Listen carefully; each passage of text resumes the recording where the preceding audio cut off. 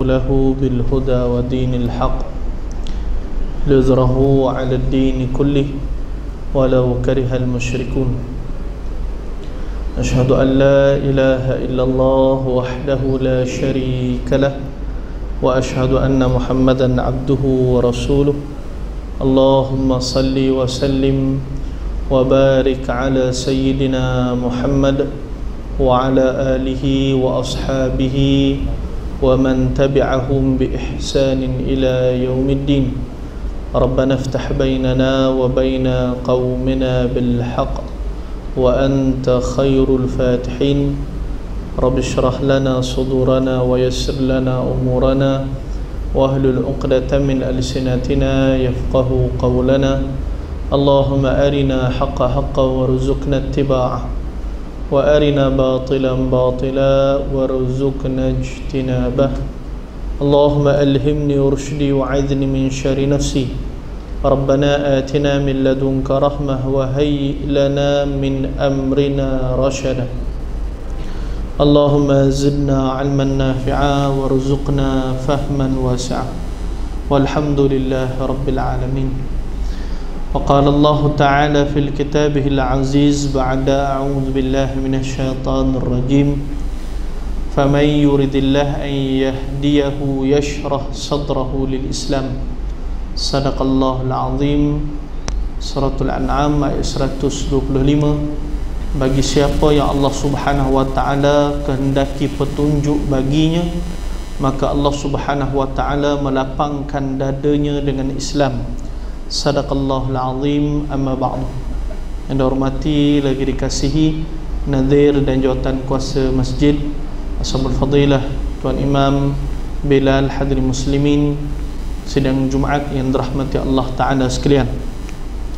Alhamdulillah, pertama dan selamanya kita memanjatkan setinggi-tinggi syukur kehadrat Allah Subhanahu wa taala di atas limpahan kurniaan nikmat yang Allah Taala anugerahkan, iaitu nikmat iman dan Islam. Salawat dan salam ke atas junjungan besar baginda Nabi sallallahu alaihi wasallam sebagaimana yang Allah Taala perintahkan di dalam Al-Quran, innallaha wa malaikatahu yusalluna 'alan nabi ya ayyuhalladzina amanu sallu 'alaihi wa sallimu taslima. Sesungguhnya Allah Subhanahu wa taala dan para malaikat berselawat ke atas Nabi, maka orang yang beriman ucapkanlah selawat dan salam ke atasnya. Amma ba'du. Hadirin muslimin sidang Jumaat yang dirahmati oleh Allah Ta'ala sekalian, InsyaAllah kita akan sama-sama mengambil manfaat tadabbur daripada ayat surah Asy-Syarh, ayat yang pertama sehingga ayat yang ke-8. Surah Asy-Syarh ataupun surah Al-Insyirah ini mengandungi 8 ayat yang ianya merupakan surah Makkiyah, dan di dalam Al-Quran surah Asy-Syarh ataupun Al-Insyirah ini merupakan surah yang ke-94 di dalam Al-Quran. Hadirin muslimin muslimat yang muslimin sidang Jumaat yang dirahmati Allah, Asy-Syarh membawa maksud melapangkan.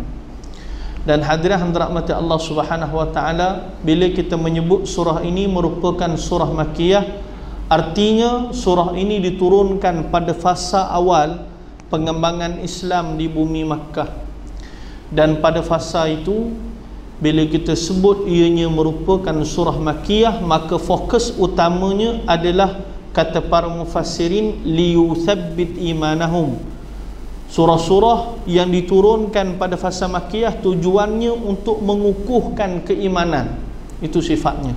Kerana umat Islam pada fasa Makkiyah, mereka berhadapan dengan dugaan yang begitu berat dan mencabar. Ada yang dipaksa kufur, ada yang dibunuh dan lain-lain. Maka apakah yang menjadi kekuatan bagi mereka? Bukan persenjataan, bukan ketenteraan, tetapi kekuatan itu adalah keimanan mereka. Kerana itu, mereka yang awal beriman kepada baginda Nabi pada fasa awal perkembangan Islam di bumi Makkah, sehinggalah mereka itu berhijrah ke bumi Madinah, dan mereka itu digelar sebagai orang-orang muhajirin. Dan kita lihat dalam sejarah, tidak ada seorang pun di kalangan muhajirin yang menjadi munafik. Tak ada. Ini sebagaimana yang disebut oleh Al-Imam Ibnu Katsir rahimahullahu taala bila menafsirkan ayat 5 hingga 10 dalam surah Al-Baqarah. Maka Al-Imam Ibnu Katsir menyebutkan tidak ada seorang pun di kalangan orang-orang muhajirin yang menjadi munafik. Munafik yang dimaksudkan munafik akidah, yang berpura-pura beriman kepada Allah dan Rasul. Hadirin muslimin muslimat, muslimin sidang Jumaat yang dirahmati oleh Allah Ta'ala sekalian, ini menunjukkan bagaimana iman yang ditempuh dengan kesusahan, kepayahan sewaktu fasa Makkiyah itu menjadi iman yang begitu utuh, yang terdapat dalam diri para sahabat radhiyallahu anhum ajma'in. Dalam sejarah Islam, munafik ini muncul setelah peperangan Badar. Abdullah bin Ubay masuk Islam setelah peperangan Badar. Setelah umat Islam diberikan kemenangan, waktu itu baru di kalangan Yahudi ni ada yang masuk Islam. Yahudi yang masuk Islam sebelum peperangan Badar itu Abdullah bin Salam, benar-benar beriman. Dan hadirin rahmati Allah, kita kembali tadi, Allah Ta'ala berfirman dalam ayat ini supaya kita memahami latar ayat surah, ayat-ayat Makkiyah, surah-surah Makkiyah, barulah kita dapat fokus. Ayat Makkiyah ni bercerita tentang apa fokus utamanya untuk mengukuhkan keimanan. Dan ayat Makkiyah juga banyak bercerita tentang kiamat dan lain-lain. Hadirin muslimin muslimat, muslimin sidang Jumaat dirahmati Allah. Kemudian Allah Ta'ala berfirman dalam ayat pertama surah Asy-Syarh, Alam nashrah laka sadrak. Alam, bukankah, nashrah, kami lapangkan, laka, ke atas engkau wahai Muhammad, sadrak, dada engkau wahai Muhammad. Alam nashrah laka sadrak, bukankah kami melapangkan ke atas engkau dada engkau wahai Muhammad. Ayat ini Allah Ta'ala turunkan pertama dari sudut bahasa, dimulai ayat ini dengan huruf istifham. Alam nashrah laka sadrak. Huruf istifham itu, alam, alif di hadapan itu merupakan huruf istifham, menunjukkan jumlah ayat ini merupakan soalan. Yang kedua, dalam bahasa Arab, soalan ini terbahagi kepada dua. Satu yang kita sebut hakiki, yang kedua kita sebut majazi. Hakiki ini soalan yang jelas, tidak ada maksud yang terselindung. Majazi ini soalan yang mengandungi maksud yang terselindung, ada makna di sebaliknya.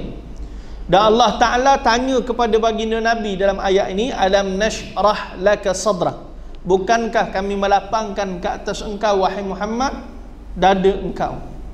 Hadirin muslimin sidang Jumaat yang dirahmati oleh Allah Ta'ala sekalian, pertama, Al-Imam Ibnu Katsir rahimahullahu ta'ala bila menafsirkan ayat pertama dalam surah Al-Insyirah ini, Al-Imam Ibnu Katsir rahimahullahu ta'ala membawakan ayat dalam suratul An'am ayat 125. Allah Ta'ala menyebutkan, faman yuridillah an yahdiyahu yashrah sadrahu lil Islam. Bagi siapa yang Allah Ta'ala kehendaki petunjuk baginya, maka Allah Subhanahu wa Ta'ala melapangkan dadanya dengan Islam. Hadirin muslimin sidang Jumaat dirahmati Allah, apakah perkaitan dua ayat ini? Pertama, Allah Subhanahu wa Ta'ala nak beritahu pada manusia, Allah Subhanahu wa Ta'ala menjadikan jiwa manusia lapang, tenang adalah dengan manusia melaksanakan apa yang Allah perintah dan tinggalkan apa yang Allah Subhanahu wa Ta'ala larang. Itu satu-satu jalan bagi manusia untuk mereka merasa lapang dan tenang. Dan itulah yang Allah Ta'ala beri kepada baginda Nabi sallallahu alaihi wasallam. Allah melapangkan dada Nabi, memberikan ketenangan kepada baginda Nabi, meringankan baginda Nabi dalam memikul beban dakwah yang begitu berat, meringankan baginda Nabi sallallahu alaihi wasallam untuk melaksanakan perintah Allah Subhanahu wa Ta'ala. Kerana sifat perintah Allah Ta'ala ni hakikatnya sangat berat. Kalau kita sebut dakwah itu pun berat. Kerana Allah gambar dalam Quran, "Lau anzalna hadzal Qur'ana 'ala jabalin la ra'aitahu khashi'an mutasaddian min khasyatillah wa tilkal amthalu nadribuha lin-nasi la'allahum yatafakkarun." Kalau letakkan Al-Quran di atas sebuah bukit, hancur berkecai bukit tadi. Kerana apa? Khashi'an mutasaddi'a, kerana kekhusyukannya dan ketundukannya kepada Allah. Wa tilkal amthalu nadribuha lin-nasi la'allahum yatafakkarun. Dan itulah contoh yang kami berikan kepada manusia, moga-moga mereka dapat berfikir. Hadirin muslimin, sidang Jumaat yang dirahmati Allah, itu pertama. Kalau kita kaitkan dakwah yang begitu berat dipikul oleh baginda Nabi ini, berhadapan dengan penentangan, berhadapan dengan pelbagai penyeksaan di kalangan orang musyrik ke atas baginda Nabi dan para sahabat, tetapi ianya tidak membuatkan baginda Nabi SAW berhenti, walaupun sukar beban dakwah itu berat. Dan begitu juga dalam melaksanakan perintah Allah Ta'ala, ia berat. Sebagai contoh, salat. Berat tak salat, tuan-tuan? Hakikatnya salat ni berat. Kalau ringan, nescaya tak ada orang yang tinggal salat. Tapi salat ni berat. Sebab Allah sebut dalam Quran, wasta'inu bis-sabri was-salah. Wa innaha lakabiratun illa 'alal khashi'in.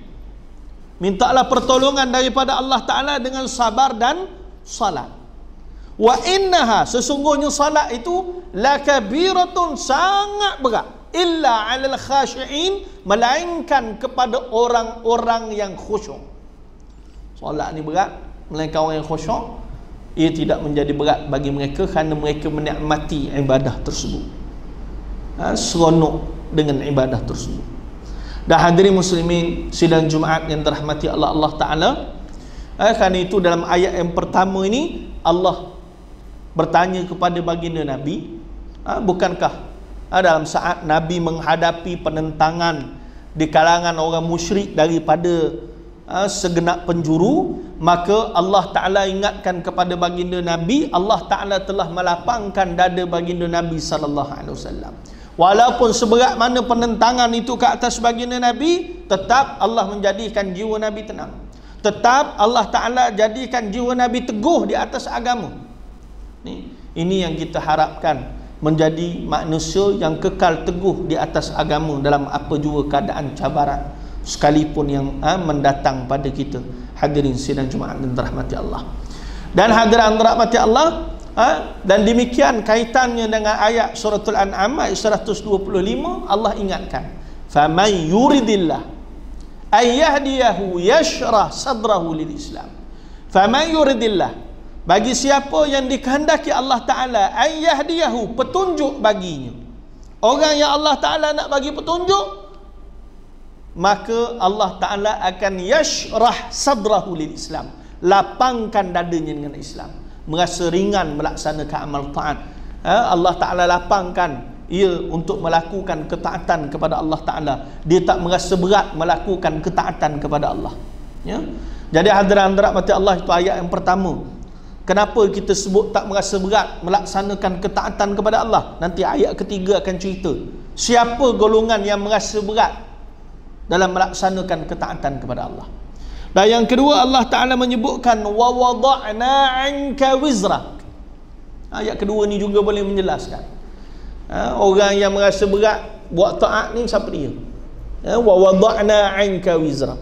Allah Ta'ala wa wada'na, dan kami hilangkan, angka, daripada engkau wahai Muhammad, wizrak, bebanan-bebanan, yakni dosa-dosa engkau. Nabi ada dosa? Tak ada. Nabi tak ada dosa. Di sisi Ahlussunnah wal Jamaah, sebelum Nabi jadi Nabi ke, lepas Nabi jadi Nabi ke, Nabi bebas daripada dosa. Ya. Jadi hadirin muslimin muslimat dikasih muslimin sidang Jumaat dirahmati Allah, Allah Ta'ala sebut pada ayat yang kedua ini, wa wada'na 'anka wizrak, kami hilangkan daripada engkau dosa-dosa engkau. Perkataan wizrak itu ada terjemahan, tuan-tuan lihat ditulis bebanan. Yang tepat asal perkataannya wizrun.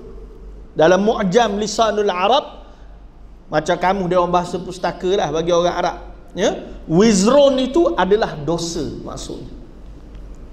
Jadi memang sifat dosa itu membebankan. Sebab tu saya kata tu, apa yang membebankan manusia, menyebabkan mereka sukar berbuat taat, ini dosa. Dosa yang membebankan manusia. Kerana ayat ketiga tu sebut sifat dosa. Dan hadirin rahmati Allah Ta'ala, Al-Imam Ibn Kathir bila membahaskan ayat yang kedua ini, dia bawa ayat Quran, ayat dalam suratul Fath ayat kedua, liyaghfira lakallahu ma taqaddama min dhanbika wa ma ta'akhkhar wa yutimma ni'matahu 'alaika wa yahdiyaka siratan mustaqima. yakni Allah Ta'ala menyebutkan liyaghfira lakallah, Allah ampunkan segala dosa baginda Nabi, dosa yang akan datang, wa ma taqaddama wa ma ta'akhkhar, dosa yang akan datang dan dosa yang terdahulu. Wa yutimma ni'matahu 'alaika, dan disempurnakan nikmatnya ke atas engkau. Wa yahdiyaka siratan mustaqima, dan ditunjukkan kepada engkau jalan yang lurus. Allah sempurnakan agama ini, Allah Ta'ala tunjukkan kepada Nabi, baginda Nabi akan petunjuk ini, memberikan kepada baginda sebesar-besar nikmat, iaitu memikul beban agama ini, menyampaikannya kepada manusia. Dan hadirin dirahmati Allah, ayat kedua ini dalam suratul Fath menjelaskan ayat kedua dalam suratul Insyirah ini, bahawa Allah Ta'ala membebaskan Nabi daripada sebarang dosa. Nabi tak boleh ada dosa, sebab kalau ada dosa nak pikul beban dakwah yang berat macam mana lagi? Dosa lagi nak pikul beban dakwah lagi. Itu yang menyebabkan pendakwah boleh tergelincir daripada jalan Allah Ta'ala. Apa punca pendakwah tergelincir daripada jalan Allah? Sebab dia terpikul dengan beban dosa yang banyak. Lebih-lebih lagi kalau dosa besar, tergelincir terus dia daripada jalan Allah Subhanahu Wa Ta'ala. Sebab tu dia tak boleh terpikul dengan beban dosa. Nah, sebab tu baginda Nabi Allah bebaskan daripada dosa. Dan hadirin dirahmati Allah Ta'ala, alladhi anqadha dhahrak. Ayat yang ketiga, alladhi, yang dosa-dosa itu, anqadha, memberatkan, dhahrak, belakang engkau. Itu sifat dosa. Dosa membebankan belakang. Yang dimaksudkan, kenapa disebut dhahrak? Kenapa disebut belakang engkau? Apa kaitan dosa dengan belakang? Inilah tamsilan. Ya, kenapa manusia kalau memikul beban yang paling berat, dia akan letak di mana tuan-tuan? Di belakang. Nah, orang Arab kalau disuruh himar angkat barang, dia letak di belakang tu banyak-banyak. Atas kereta himar, siapa? Himar tu terangkat kaki dia. Nah, lepas tu baru diturunkan berat sikit-sikit sampai agak-agak himar tu pijak kaki ke tanah, barulah mereka berhenti turunkan bebanan tersebut. Dan begitulah manusia juga, beban yang paling berat manusia akan letak di belakang. Beras 50 kilo, seming ke, apa saja. Dan apa yang paling berat bagi manusia tidak lain dan tidak bukan adalah dosa. Kerana dosa membuatkan manusia terbeban daripada muka dunia sampai di akhirat. Dosa memberatkan manusia untuk melakukan amal taat. Lidah jadi berat untuk berzikir kepada Allah berpunca pada dosa, kerana mulutnya banyak bercakap benda yang tidak memberi manfaat bagi imannya dan diri. Dia bercakap benda yang tak betul, cakap benda yang merapu, dia bercakap benda yang maksiat. Sebab tu antara sifat mukmin yang baik, lidahnya dimanfaatkan apa? Lidahnya, dia memastikan lidahnya au kalimati haqqi taquluha au kalimati syarri tasqutu anha. Lidah ni dia jaga dengan dua benda. Pastikan lidah ni bercakap benda yang benar, dan perkara yang paling benar itu apa yang Allah Ta'ala turunkan dalam Al-Quran. Dan dimanfaatkan lidahnya alhamidun, dengan memuji Allah Ta'ala. Jadi orang yang memuji Allah. Yang kedua, au kalimati syarri tasqutu anha, dia tahan lidahnya daripada menyebutkan perkataan yang buruk. Jadi bila lidah manusia terbeban dengan dosa, menyebabkan lidah ni malas berzikir. Nak berzikir jadi berat, nak selawat jadi berat. Tuan-tuan, hari ni hari Jumaat, perbanyakkanlah selawat ke atas baginda Nabi, kerana hari inilah selawat kita disampaikan kepada baginda Nabi sallallahu alaihi wasallam. Kita mengharap syafaat daripada baginda Nabi hari akhirat kelak. Tetapi kalau kita orang yang tak ingat Nabi waktu hidup ni, maka layakkah kita nak dapat syafaat dan pertolongan Nabi? Dan layakkah Nabi nak kenal kita kalau kita menjadi orang yang berat berselawat ke atas baginda Rasul sallallahu alaihi wasallam? Maka tuan-tuan, hadirat sidang Jumaat dan rahmati Allah, lidah menjadi berat untuk berzikir bila dia diberati dengan dosa. Kaki menjadi berat untuk melangkah ke tempat yang mengingatkannya kepada Allah Ta'ala apabila kakinya ringan melangkah kepada tempat maksiat. Tangan menjadi berat untuk melakukan kebaikan apabila ianya senantiasa ringan melakukan kejahatan. Sebab tu yang memberatkan manusia ni dosa. Kesan daripada dosa manusia boleh rasakan daripada muka dunia lagi. Akhirat tu ialah api neraka. Ni atas dunia lagi dia merasakan beratnya kesan daripada dosa, menyebabkan dia berat untuk melakukan amal ketaatan. Jadi kalau kita merasa berat untuk bangun malam, apakah puncanya? Tidak lain tidak bukan dia berpunca pada dosa. Tidur awal dah. Tapi nak bangun malam susah. Punca dia apa? Dosa. Dosa membuatkan kita berat nak bangun malam. Berat buat taat. Yang lebih dahsyat, kita tidak merasa nikmat melakukan ketaatan. Tak seronok buat taat. Seronok buat maksiat. Berpunca daripada apa? Dosa telah melitupi hati manusia. Maka di sanalah kita diajar oleh baginda Nabi sallallahu alaihi wasallam untuk memperbanyakkan istighfar. Bila rasa berat nak buat amal taat, ketahuilah ia berpunca pada dosa, maka perbanyakkan istighfar. Sebagaimana kata baginda Nabi sallallahu alaihi wasallam, ya ayuhan nas tubu ila Allah wastaghfiru fa ana atubu ilaih fi yaumin 100 marrah. Wahai manusia, bertaubatlah kepada Allah dan beristighfar kepadanya, kerana aku sendiri bertaubat kepada Allah dan beristighfar kepadanya setiap hari 100 kali. Hadis dalam Bukhari sebut akthar min 70 marrah, lebih 70 kali. Maka perbanyakkan istighfar. Sudahkah kita beristighfar hari ini? Dan berapa banyak kita beristighfar hari ini? Maka pastikan amalan wajib yang kita tak tinggal setiap hari adalah istighfar 100 kali. Mudah-mudahan dengan itu menjadikan hati kita terbebas daripada bebanan dosa, dan ia menjadi punca untuk doa kita mustajab. Doa tak mustajab ni punca beban dosa banyak sangat, malah istighfar, maka banyaklah istighfar. Dan hadirin muslimin muslimat dikasihi Allah, begitu juga hari ini kita ditimpa dengan wabak penyakit COVID-19 ni. Maka kaum muslimin perbanyakkanlah istighfar, bebaskan diri daripada dosa besar dan dosa kecil, kerana bala bencana ini datang akibat daripada dosa manusia, dan kerosakan di atas muka bumi ini tidaklah berlaku melainkan bermula daripada tangan-tangan manusia. Zahara al-fasadu fil barri wal bahr bima kasabat aydin nas. Kerosakan di daratan dan lautan ini disebabkan daripada tangan-tangan manusia. Maka perbanyakkan istighfar, memohon ampun kepada Allah, moga ianya mengangkat segala bala dan wabak yang datang pada hari ini. Dan hadirin muslimin muslimat, muslimin sidang Jumaat dirahmati Allah, kemudian perkara yang membebaskan manusia daripada dosa lagi, beramal, berdoa, memohon keampunan kepada Allah Ta'ala. Banyak doa-doa yang maksur memohon ampun daripada Allah.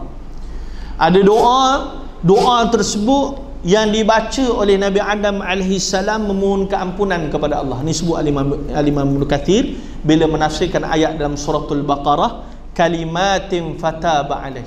Allah Ta'ala mengajar beberapa kalimah untuk bertaubat kepada Allah Ta'ala. Apakah kalimah itu? Kalimah yang diajar kepada Nabi Adam AS dan Hawa untuk bertaubat kepada Allah. Ia juga ayat Quran, ayat yang kita baca pun senantiasa dalam doa, cuma kita tak tahu. Apa dia? Rabbana zalamna anfusana wa illam taghfir lana wa tarhamna lalakunanna minal khasirin.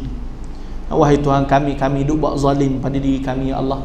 Kalau kau tak ampunkan kami, tak kasihani kami, ya Allah, maka siapakah nak ampun kami, ya Allah? Dan tergolonglah kami dalam golongan yang rugi. Ini doa yang elok kita ulang-ulang baca. Allahumma innaka afuun tuhibbul afwa fa'fu anni. Ya Allah yang maha pengampun, kau suka mengampunkan, maka ampunkanlah dosa-dosa kami. Jadi banyakkan memohon ampun pada Allah, banyak beristighfar. Dan hadirin rahmati Allah. Kemudian ayat yang keempat, wa rafa'na laka dhikrak, dan kami tinggikan ke atas engkau wahai Muhammad dhikrak, sebutan namamu. Di sini dua perkara Al-Imam Ibn Kathir menyebutkan daripada ayat ini. Pertama, ditinggikan sebutan nama Nabi ini dengan maksud ditinggikan derajat baginda Nabi sallallahu alaihi wasallam. Ya. Sebab apa? Orang yang paling tinggi derajatnya biasanya namanya lah paling banyak disebut. Maka begitulah Allah Ta'ala banyak menyebut nama Nabi dalam Quran. Ada kursi dan lain-lain. Yang kedua, ditinggikan sebutan nama Nabi ini dengan maksud Allah Ta'ala meletakkan nama Nabi dalam ibadah-ibadah yang utama. Azan kita akan sebut wa asyhadu anna Muhammadar Rasulullah. Bila mengucapkan dua kalimah syahadah, kita akan sebut wa asyhadu anna Muhammadar Rasulullah. Dan begitulah dalam salat, kita diwajibkan pada tahiyat yang akhir menyebut wa asyhadu anna Rasulullah, maka ia menjadi syarat sah bagi salat. Jadi saya kira cukuplah sekadar itu 4 ayat, dan mudah-mudahan ianya memberi manfaat kepada hadirin sidang Jumaat dirahmati Allah. Moga-moga dengannya ya, ia membuatkan kita dapat menambahkan amal taat dan senantiasa tetap istiqamah di atas agama ini sehingga kepada akhir hayat. Wallahu ta'ala alam, wabillahi taufiq wal hidayah.